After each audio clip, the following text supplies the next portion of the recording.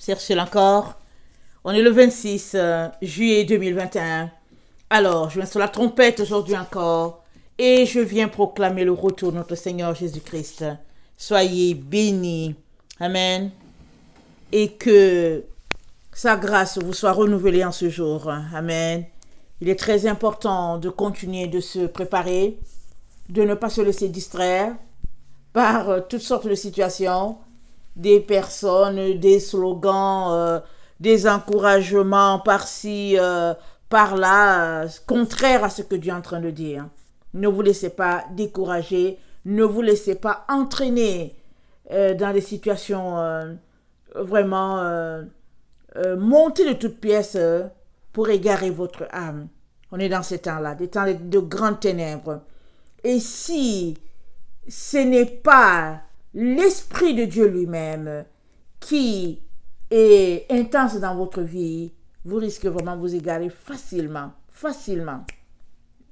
Comme ça, croyant que vous êtes dans la lumière, croyant que la personne qui est là vous dit la vérité alors que dans le fond, elle a juste été envoyée pour vous égarer. Il est donc très important de garder le focus, amen, et de nous assurer que Jésus est le seul qui nous parle. Quand quelqu'un te donne une parole, quand même cette personne-là serait une personne mature dans le Seigneur, va toujours demander au Seigneur si c'est lui qui t'envoie cette personne-là ou bien si c'est pas lui. C'est très très important. Amen. Alors, pourquoi peinons-nous à progresser? Amen. En tant qu'enfant de Dieu, on aimerait tous grandir, n'est-ce pas? Et le Seigneur nous exhorte à grandir. Et surtout, il n'y a pas d'enfant sur cette terre qui devient adulte. Si c'est le cas, il a atteint d'une maladie. Il devient nain. Et ça, c'est une maladie. Amen. Alors, il devient souvent atteint du rachitisme, toutes sortes de maladies qui empêchent la croissance. Et si, dans la vraie vie, on n'accepte pas cela, amen, on sait que la maladie est là et puis on peine dans cette maladie, que si c'est nos enfants, etc., à combien plus forte raison notre Père Céleste peine-t-il de voir ses enfants atteints de rachitisme spirituel? Ces enfants ne progressent pas. Et c'est quoi la raison? Quelle est la raison qui fait que nous ne progressons pas? Amen.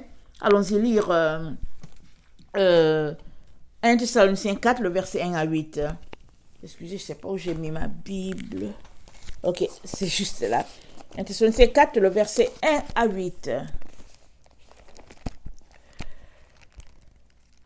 Alors,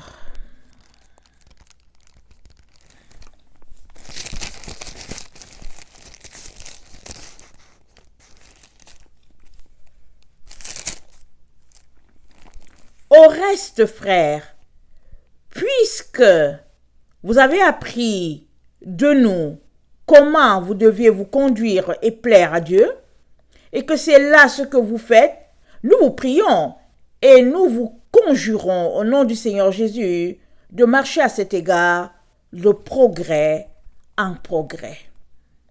Vous savez en effet quels préceptes nous vous avons donnés de la part du Seigneur Jésus. Ce que Dieu veut, c'est votre sanctification. C'est que vous vous absteniez de l'impudicité. C'est que chacun de vous sache posséder son corps dans la sainteté et l'honnêteté, sans vous livrer à une convoitise passionnée, comme font les païens qui ne connaissent pas Dieu. C'est que personne n'use envers son frère de fraude et de cupidité dans les affaires, parce que le Seigneur tire vengeance de toutes ces choses. Comme nous vous l'avons déjà dit et attesté, car Dieu ne nous a pas appelés à l'impureté, mais à la sanctification. Amen. Dieu nous a tous appelés à la sanctification. Amen. Et l'apôtre Paul nous encourage en disant que il nous conjure, il nous prie, amen, de marcher de progrès en progrès. Et à la suite, il dit qu'il nous a laissé des préceptes. Et si nous marchons selon ces préceptes-là, en principe, il n'y a pas de raison que le progrès ne soit pas vu dans notre vie. Et les préceptes, quels sont-ils? Ces préceptes sont énumérés dans le verset 3, le verset 3 au verset 7, il dit: ce que je veux, c'est votre sanctification. Premier élément. Amen. Et dans la sanctification, il nous demande de nous abstenir de l'impudicité. Amen. Et il demande que chacun puisse posséder son corps dans la sainteté et l'honnêteté. Amen. Alors nous savons tous ce que c'est la sanctification. Si nous marchons avec Jésus, nous savons que se sanctifier, c'est tourner le dos à toutes ces choses que Dieu n'aime pas, toutes ces habitudes, que nous les ayons acquises dans la famille, ou bien sur les bancs, ou peu importe l'endroit où on a acquis des comportements qui ne plaisent pas à Dieu, il est important de les laisser. Pendant que tu les laisses, amen, tu deviens saint de jour en jour. Amen. Tu es transformé de gloire en gloire. Amen. Alors, ça fait partie du progrès spirituel. Ça fait partie de grandir. Amen. Et quand Dieu parle de grandir, amen, la sanctification est dedans. La lecture de la parole est dedans. Et plus tu lis la parole, plus tu as connaissance de ce que le Père aime et de ce que le Père n'aime pas. Et tu viens demander pardon pour ces choses que tu n'observes pas. Et alors que tu demandes pardon, amen, le Seigneur t'aide, amen, à aller de l'avant. Quand tu demandes pardon, évidemment, tu décides de ne pas revenir là-dessus, sur ces choses-là qui te gardent esclave, au fait. Parce que plus tu es esclave, plus tu es lié, amen, à des pratiques que le Père n'aime pas, plus, au fait, les ténèbres sont autour de toi. Alors, mieux tu t'en débarrasses, je vais dire de ces vices-là, mieux, au fait, tu es libéré et ton esprit comprend mieux les choses que tu ne comprenais pas. Alors, toutes ces choses-là, qui sont, au fait, il parle ici d'impudicité, il parle d'honnêteté, il parle de marcher sur le convoitise de ce monde, il parle de fraude, de cupidité. Toutes ces choses-là, ici mentionnées, sont des ténèbres qui viennent obscurcir notre intelligence spirituelle. Et on a la difficulté à comprendre. On lit, on ne comprend pas. Un peu comme Nicodème qui était pris dans la religion. Il était pharisien, il avait des études, et il était un scribe pharisien, il avait l'enseignement requis, mais il était arrivé à la compréhension que ces miracles que Jésus faisait, eux, ils ne les faisaient pas parce qu'il y avait quelque chose qui les bloquait. Il était arrivé à cette compréhension-là, faisant son cheminement personnel. Il allait voir Jésus, et Jésus lui a dit, il faudrait naître de nouveau. Jésus l'a amené sur un chemin qu'il ne connaissait pas. Jésus lui a dit, si tu n'es pas de nouveau là, en tout cas, tu ne verras pas la face de Dieu. Et Jésus lui dit, toi tu es le docteur d'Israël, comment se fait-il que tu ne connais pas ces choses? Pourquoi est-ce que Nicodème ne les connaissait pas? Ils ont misé sur l'extérieur. Les pharisiens ont misé sur le frappe à l'œil, sur la crainte des hommes, sur le vêtement qu'ils portaient, leur connaissance, leur bagage intellectuel, ils ont misé là-dessus. Mais Nicodème, confronté au miracle de Jésus, à la prestance que Jésus dégageait, confronté à cela, Nicodème est allé chercher la vérité. Et Jésus le lui a révélé. Et ses yeux se sont ouverts.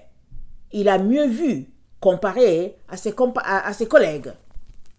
Les préceptes sont donc, amen, des balises pour nous garder proches du Seigneur, pour nous garder dans la lumière. Et donc Paul ne manque pas de nous le rappeler ici, dans 1 Thessaloniciens 4, amen. Et il nous dit que ce que Dieu veut, c'est notre sanctification, c'est que nous puissions nous abstenir de l'impudicité. Alors, l'impudicité, ça peut être l'impudicité corps à corps avec quelqu'un d'autre, ça peut être de l'idolâtrie. Amen. Quand Dieu parle d'Israël et puis la traite d'adultère, très très souvent, c'est qu'elle s'est tournée vers d'autres dieux. L'impudicité, elle peut être en esprit. Amen. C'est que ton cœur est porté vers les préceptes qui ne sont pas ceux du Seigneur, des préceptes, un précepte qui ne sont pas ceux du Seigneur, et si bien que finalement, en fait, tu as des flirts avec d'autres esprits, d'autres doctrines qui ne sont pas celles de Dieu. Et Dieu, amen, nous dit, de posséder notre corps dans la sainteté et dans l'honnêteté. Et ça, là, c'est vraiment quelqu'un qui est honnête, hein? C'est quelqu'un qui n'a pas un double esprit, qui n'a pas un double langage. Il est honnête, il est droit, il est pur d'esprit et de cœur. Et celui aussi, amen, qui est saint, c'est la personne qui refuse toute impureté en elle. C'est la personne qui fait tout pour se débarrasser de tout ce que le Père n'aime pas. Amen. Et donc, quand Paul nous encourage à marcher de progrès en progrès, amen, quand il nous l'encourage, il nous rappelle les préceptes qu'il nous a donnés. Et puis, Paul n'a pas eu d'autres préceptes, il n'a pas inventé les préceptes. Les préceptes que Paul avait pour nous, c'est les préceptes que le Seigneur lui-même avait pour nous. Et dans dans Ésaïe 29, amen, Dieu nous parle de l'aveuglement du peuple, qui est tout simplement lié au fait qu'il ne marche pas selon les préceptes divins. Alors, dans Ésaïe 29, amen, le verset 9, Dieu dit, « Soyez stupéfaits et étonnés, fermez les yeux et devenez aveugles. Ils sont ivres, mais ce n'est pas de vin. Ils chancellent, mais ce n'est pas l'effet des liqueurs fortes, car l'Éternel a répandu sur eux un esprit d'assoupissement. Il a fermé vos yeux, entre parenthèses, c'est mis les prophètes.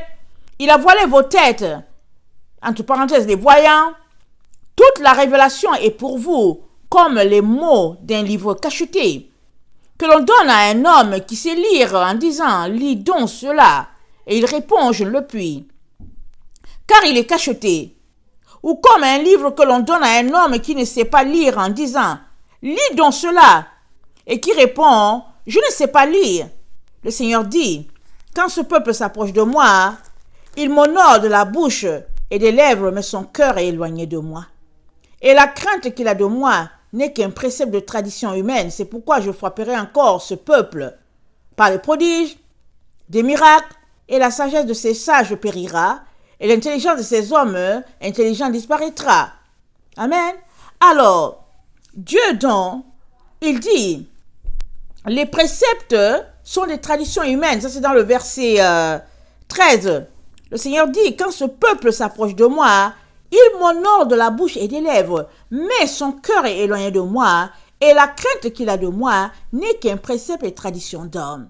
Alors, si toi et moi marchons selon nos traditions humaines, selon nos valeurs, amen, taillées de toutes pièces par notre siècle, amen, si c'est comme ça que nous marchons, alors nous serons des aveugles, nous serons des personnes qui n'auront aucun discernement, et nous serons loin des préceptes de Dieu, et nous serons des personnes souillées, nous serons des personnes malpropres et puis malsaines aussi, parce que la loi de Dieu ne sera pas inscrite dans nos cœurs. Or, nous sommes dans les temps où, s'il y a une seule chose que nous devons nous concentrer à faire, c'est de marcher selon les préceptes de Dieu, c'est de vivre selon les recommandations du Seigneur, amen, de manière à garder le monde vraiment loin de nous, amen, et de marcher proche de Dieu, parce qu'on en a besoin. Toi et moi, nous en avons besoin, parce que nous sommes dans le temps où les ténèbres ont couvert la terre, amen. Mais la gloire de Dieu, elle s'élève sur tout enfant de Dieu qui a un cœur qui cherche Dieu. La gloire de Dieu s'élève sur Israël, mais Israël, c'est qui? C'est la lumière des nations. Alors, si toi, tu marches selon les préceptes que Dieu a donnés à Israël, à Jacob, alors tu auras la lumière de Dieu. Mais si tu marches contraire à ce qu'il a établi, ne sois pas étonné de ce que tu fasses partie des personnes qui ne voient pas le temps dans lequel nous sommes, tu fasses partie des personnes qui n'entendent pas ce que Dieu est en train de dire, parce qu'il y a beaucoup d'enfants de Dieu qui sont complètement perdus. Ils n'arrivent même pas à réaliser qu'on est dans le temps de la fin, et puis ils essaient de faire des démonstrations, ils essaient de faire des supposons que, et puis bon voilà, mais tous ceux-là qui marchent selon les préceptes de Dieu, qui ont une crainte de lui, amen, sont réveillés par le Seigneur lui-même, soit il envoie son Esprit Saint, soit il envoie des prophètes, soit il envoie, en tout cas, les saints d'autrefois, dire à ses enfants, réveille-toi parce que j'arrive, prépare-toi, parce que si tu tardes à t'apprêter, alors tu risques d'être laissé, amen, tu risques de te retrouver laissé sur cette terre-là, alors que Dieu a prévu pour toi d'être dans sa présence. Alors, l'aveuglement spirituel donc, qui est appelé au verset 10, un esprit d'assoupissement, amen, est dû, amen, au manque au manque, comment je peux dire ça, c'est dû au fait qu'on ne marche pas selon les préceptes de Dieu. C'est dû au fait qu'on a laissé de côté les commandements de Dieu et on veut marcher selon nos préceptes à nous. Amen. Alors le verset 11 dit, toute révélation est pour vous comme les mots d'un livre cacheté. Je suis dans Ésaïe 29. Toute la révélation est pour vous comme les mots d'un livre cacheté que l'on donne à un homme qui sait lire en disant, lis donc cela. Il répond, je ne puis, car c'est cacheté. Effectivement, dans le temps dans lequel nous sommes, la parole de Dieu est cachetée pour même ses enfants. C'est ça qui est dommage. Dieu ne veut pas que cela te soit cacheté, mais c'est cacheté parce que tu ne viens pas dans sa présence. Tu ne viens pas chercher sa face. Et la Bible dit, nous sommes dans le temps où il faut chercher l'Éternel. C'est dit, pendant que l'Éternel est encore là, Isaïe 55, je pense peut-être verset 6, voilà le temps où il faut chercher l'Éternel pendant qu'il est encore là. On va regarder rapidement, Isaïe 55. On est dans ce temps-là. J'espère que le verset est bon. Amen. Souvent, c'est des versets et puis on ne l'a pas forcément à réviser.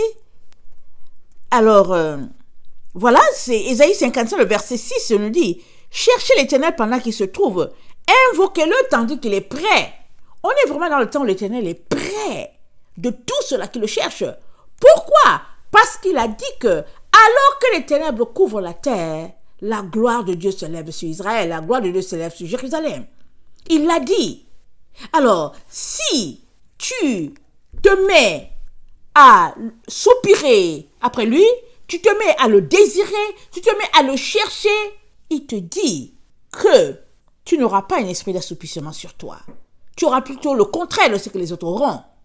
Tu ne pourras pas dire que cette parole-là est cachetée, parce que tu vas lire et puis tu vas voir que, hey, on est dans les temps. L'autre m'a dit, mais comment il fait, comment elle fait pour dire qu'on est dans le temps, parce que moi je ne vois pas. Mais c'est justement la différence entre toi et l'autre est due au fait que Dieu, amen, a répondu à ton soupir de mieux le connaître. Et il est venu, amen, te révéler, t'enlever les voiles. Parce que nos yeux, au fait, on a des couches et des couches et des couches de voiles devant nos yeux. Si le Seigneur ne les enlève pas, on ne verra rien du tout, du tout. Et une fois que le Seigneur les enlève, notre pensée, elle devient la pensée du Seigneur, ou du moins, elle est proche de la pensée du Seigneur. Et plus nous venons, mieux nos pensées sont aiguisées. Et puis finalement, on va se retrouver à tout simplement penser exactement comme le Seigneur pense. Amen. Alors, si nous retournons à notre texte d'origine, à savoir 1 Thessaloniciens 4, alors il dit, car Dieu nous a appelés, le verset 7, 1 Thessaloniciens 4, le verset 4, attendez, 1 Thessaloniciens 4, le verset 7, car Dieu ne nous a pas appelés à l'impureté, mais à la sanctification. Il y a un autre passage qui dit, recherchez la paix et la sanctification sans laquelle nul ne verra Dieu. Alors, Dieu dit ce qu'il dit. il n'est pas en train d'utiliser les mots pour nous cajoler. Il dit ce qu'il dit. Un passage dit que Dieu n'est pas un homme pour mentir, ni un fils d'homme pour se repentir. Ça veut dire que quand il a dit quelque chose là, ça va s'accomplir. Et il nous dit de rechercher la paix, amen, avec les uns et les autres, et puis la sanctification, sans laquelle nul ne verra Dieu. Je suis sûr que tu aimerais voir Dieu. Moi aussi. Alors, mettons donc en pratique ce qu'il nous dit. Amen. Et c'est ça que l'apôtre Paul nous dit en ce jour. Alors, dans 2 Timothée 3, le verset 1 à 4, il nous dit qu'on est dans les temps de la fin et que dans ce temps de la fin dans lequel nous sommes, amen, les gens, ils seront égoïstes, amis de l'argent, fanfarons, hautains, blasphémateurs, rebelles à leurs parents, ingrats, irréligieux, insensibles, déloyaux, calomniateurs, intempérants, cruels, ennemis des gens de bien, traîtres, emportés, enflés d'orgueil, aimant le plaisir plus que Dieu, ayant l'apparence de la piété, mais reniant ce qui en fait la force, éloigne-toi de ces hommes-là. Ça, c'est 2 Timothée 3. Amen, le verset 1 à 4. Alors, nous sommes encouragés, recommandés par l'apôtre Paul à nous éloigner des personnes qui manifestent ces caractéristiques-là, c'est-à-dire les personnes hautaines, les personnes rebelles, ingrates, irréligieuses, les personnes cruelles, amen, les personnes traîtres, les personnes qui aiment les plaisirs plus que Dieu. Paul nous dit de nous en éloigner. Pourquoi? Parce que ces esprits-là sont des esprits contagieux. Amen. Le mal est contagieux. Le mal, il est comme la lèpre. Amen. Alors, il est contagieux. Et puis, pour que tu ne sois pas affecté, alors il t'est demandé, amen, de t'en éloigner, de t'écarter de ces personnes-là. Alors, parce que mieux tu demeures autour d'eux, ou bien avec eux, mieux tu vas te retrouver à faire comme eux.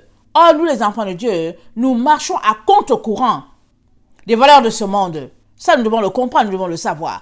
Alors, donc, dans 2 Timothée 3, le verset 8, Dieu nous dit, de même que Janès, Jabrès s'opposèrent à Moïse, de même ces hommes s'opposent à la vérité, étant corrompus d'entendement, réprouvés en ce qui concerne la foi. Jabès et Jabrès, ce sont les deux magiciens qui, les magiciens de Pharaon, quand Moïse a été envoyé devant Pharaon par Dieu, quand Moïse a jeté son bâton et que le bâton est devenu un serpent, ils ont aussi jeté leur bâton à eux, puisqu'ils sont des magiciens. Amen. Et ça s'est aussi transformé en serpent. Mais le serpent de Moïse a englobé leur serpent.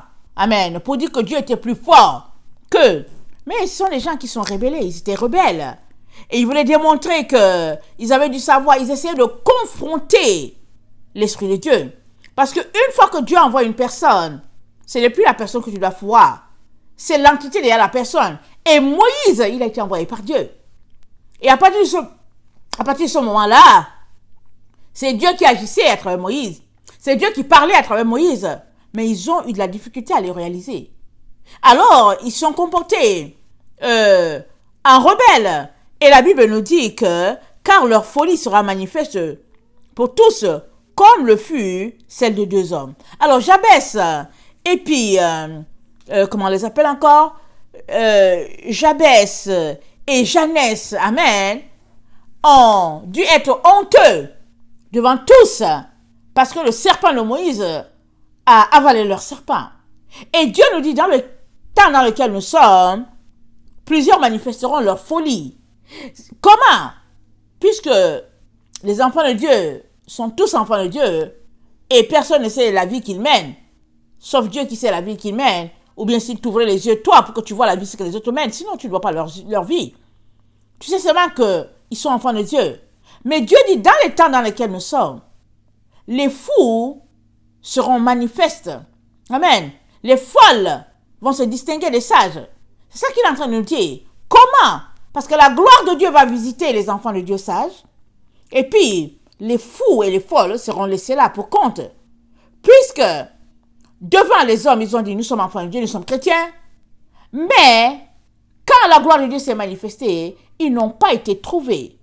Amen. Dignes de recevoir la gloire de Dieu. Et c'est à cela que la folie sera manifesté. Alors, dans Matthieu 25, on connaît tous l'histoire de ces 10 vierges-là qui sont tous partis attendre le maître, amen, l'époux. Et malheureusement, l'histoire nous dit qu'il y a 5 qui ont été laissées. Elles n'ont pas pu être prises, amen, comme des demoiselles d'honneur ou quoi. En tout cas, elles n'ont pas pu entrer pour les noces de l'agneau. Et ça nous est rapporté que, au verset 10, c'est dit, pendant qu'elles allaient en acheter, l'époux arriva. Elles qui étaient prêtes entrèrent avec lui dans la salle de noces, et la porte fut fermée. Plus tard, les autres vierges vinrent et dirent, Seigneur, Seigneur, ouvre-nous. Mais il répondit, je vous le dis en vérité, je ne vous connais pas. Jésus a pris celles qu'il connaissait. Il les a appelées les sages. Mais les 5 autres qu'il a appelées folles n'étaient pas connues de Jésus. Et pourtant, elles ont accompagné les autres pour accueillir l'époux. Elles faisaient partie du nombre. Amen. Et nous sommes dans ce temps-là où plusieurs enfants de Dieu parlent du retour du Seigneur. Plusieurs disent que oui, Jésus arrive, mais sont-ils vraiment en train de se préparer? Parce que si tu te prépares réellement, tu devras te servir. Amen. Des recommandations du Seigneur pour te préparer. Mais si tu te prépares à ta manière, ne sois pas étonné si tu seras laissé. Si tu te prépares à la manière du monde, ne sois pas étonné si Jésus te laissait. Et si tu ne te prépares pas du tout, parce que tu es dans l'illusion, ne sois pas étonné si Jésus te laissait. Parce que Jésus vient chercher ceux-là en qui il se voit. Il vient chercher ceux-là qu'il connaît, ceux-là qui ont une intimité avec lui, qui prennent de leur temps, amen, pour passer, amen, le voir, lui parler, lui chanter louange, entretenir une relation avec lui. Ceux-là, Jésus les connaît. Et il va tout faire pour les avoir avec lui. Et les autres qui se sont affichés comme enfants de Dieu, amen, le monde entier verra leur folie. En ce sens que ça sera la détresse pour plusieurs.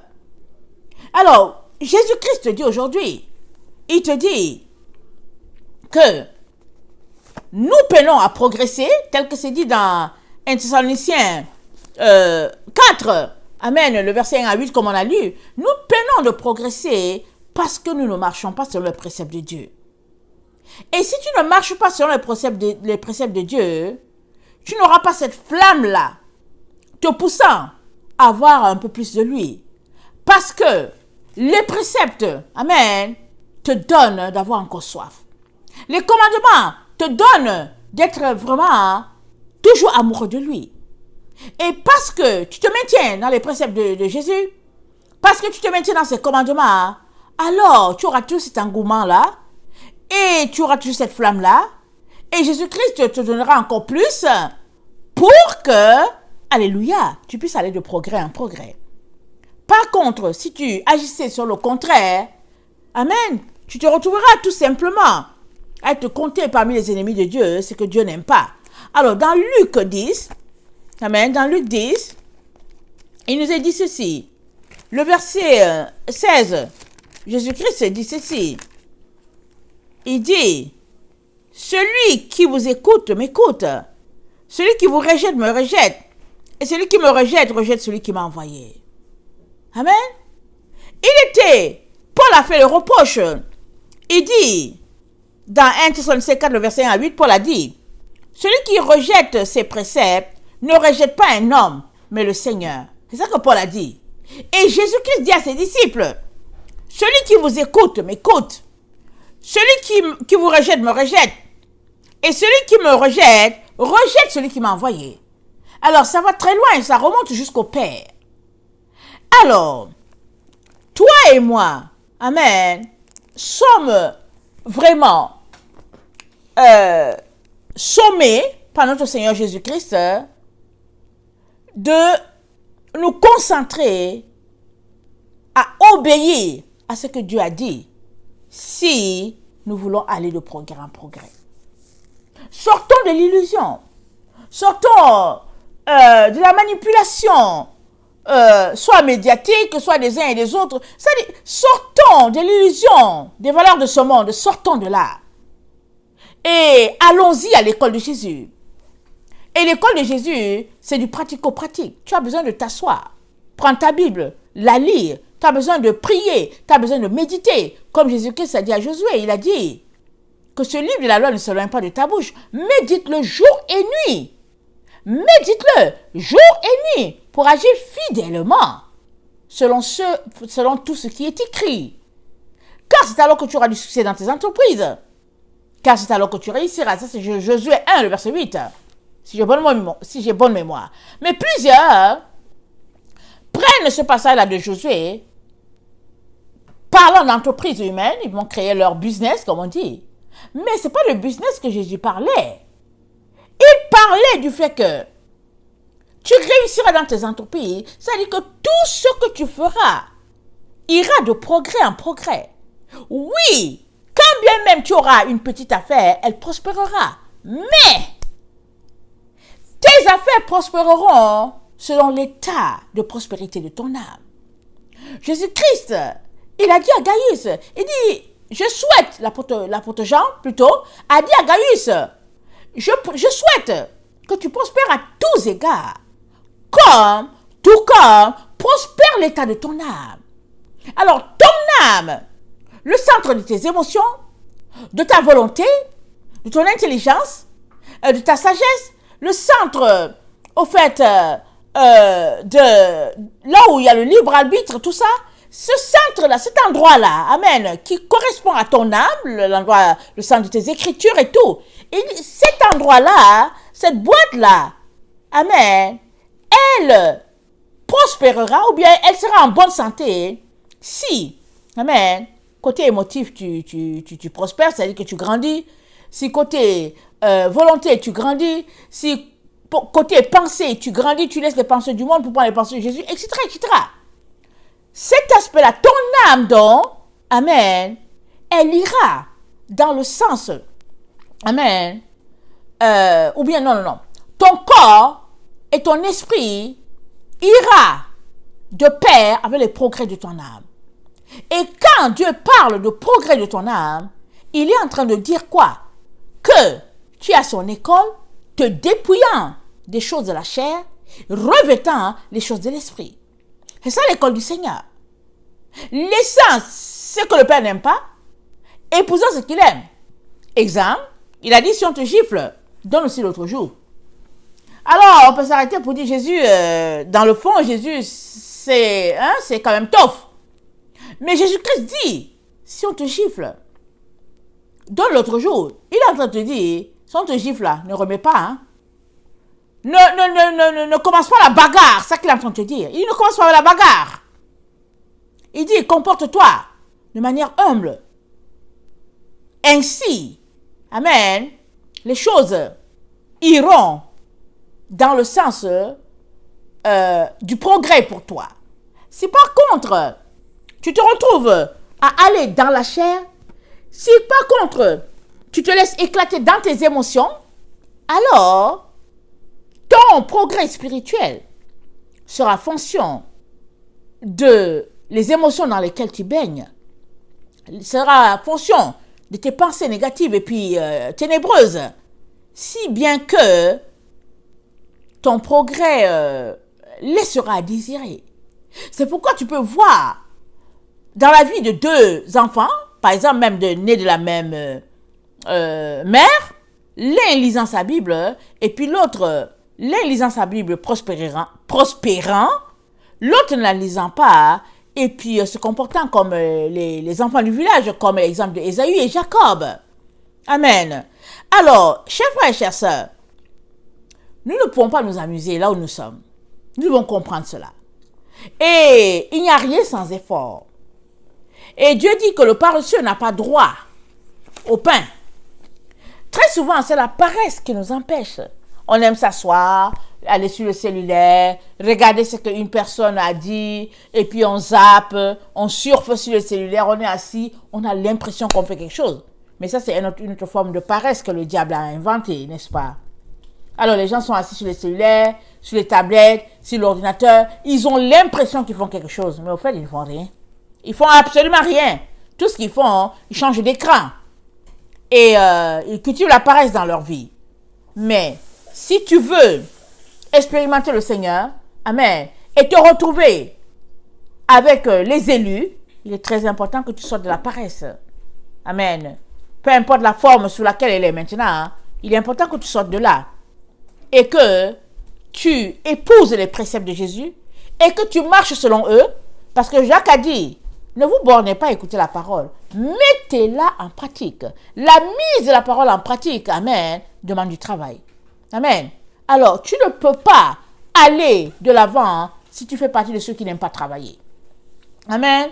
La Bible nous dit, travaillez à votre salut avec crainte et tremblement. Avec crainte et tremblement. Et c'est vraiment fort. Alors, que le Seigneur bénisse sa parole. Et je prie que vous puissiez prendre les bonnes résolutions. Changer ce qui a changé. Pour que, amen, ta vie aussi soit tout un changement. Si tu ne changes pas les petites choses que tu laisses traîner, au bout, amen, dans le output, il n'y aura rien de changé. Input, output. Amen. Alors, va changer ce qui a changé. Et le reste suivra. Tes progrès seront évidents.